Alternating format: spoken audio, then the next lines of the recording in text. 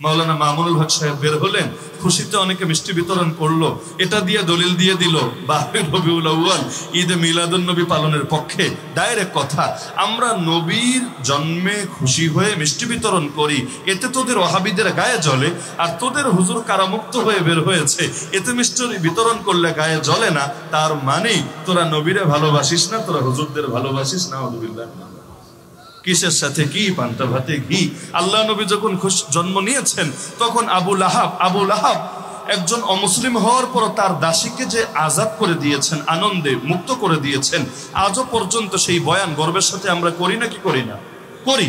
এমনকি আমরা আবু লাহাবের বহুত খারাপের মধ্যে যে কয়টা ভালো দিক আছে, ওই ভালো দিকের মধ্যে এটাও তো উল্লেখ করি যে আবু লাহাব নবীর জন্মে খুশি হয়ে নিজের গোলামরে, নিজের দাসীরা পর্যন্ত আজাদ করে দিল।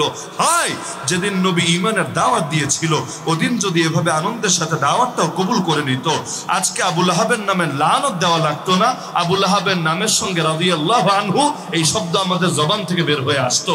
কিন্তু আবু লাহাবের নামের সাথে লানত দেওয়া লাগে। তাব্বাত ইয়াদা, এটা কি লানত না? এটা কি বদদোয়া না? শুধু আমরা দেই তা না, আবু লাহাবের 5-5টা বাচ্চা মুসলমান হয়ে গিয়েছিল, একজন দুজন না। আবু লাহাবের বাচ্চাদের মধ্যে কালেমা পড়েছিল কয়জন? 5 জন। এই 5 জন যখন কোরআন পড়তো, তারা কি এই সূরা বাদ দিয়ে পড়তো? এই সূরা যখন পড়তো, সন্তানের মুখে বাপের নামে বদদোয়া বের হতো না? অবশ্যই বের হতো, কারণ ঈমান সবার উপরে, কোরআন সবার উপরে, বাপ সবার উপরে না। কোরআন পড়তে গিয়ে বাপরে লানত দেওয়া যায়, বাপের আবেগ ঠিক রাখতে গিয়ে কোরআনে কাটছাট করা যায় না। আমাদের সমাজে অনেকে কাটছাট করে না, দলের পক্ষে খালি দলিল দেখে, এখন তো মার্কার পক্ষেও দলিল দেখে। মার্কার পক্ষে একেবারে কোন যুগে কি আছে না আছে খুঁজে খুঁজে বের করে নিয়ে আসে।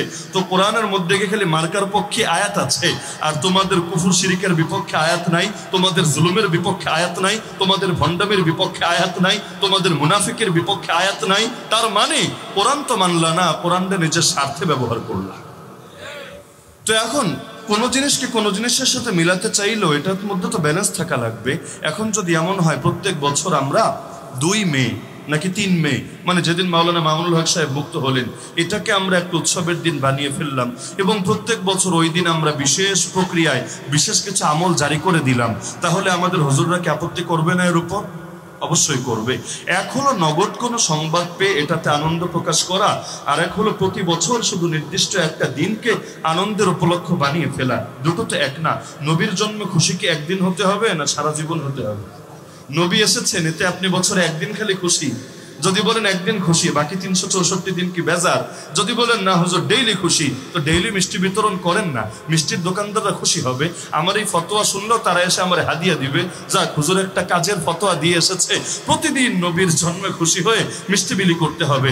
কিন্তু সারা বছর খবর থাকবে না, বিশেষ একটা দিনকে নির্দিষ্ট প্রক্রিয়ায় ইবাদত বানিয়ে ফেলতে হবে।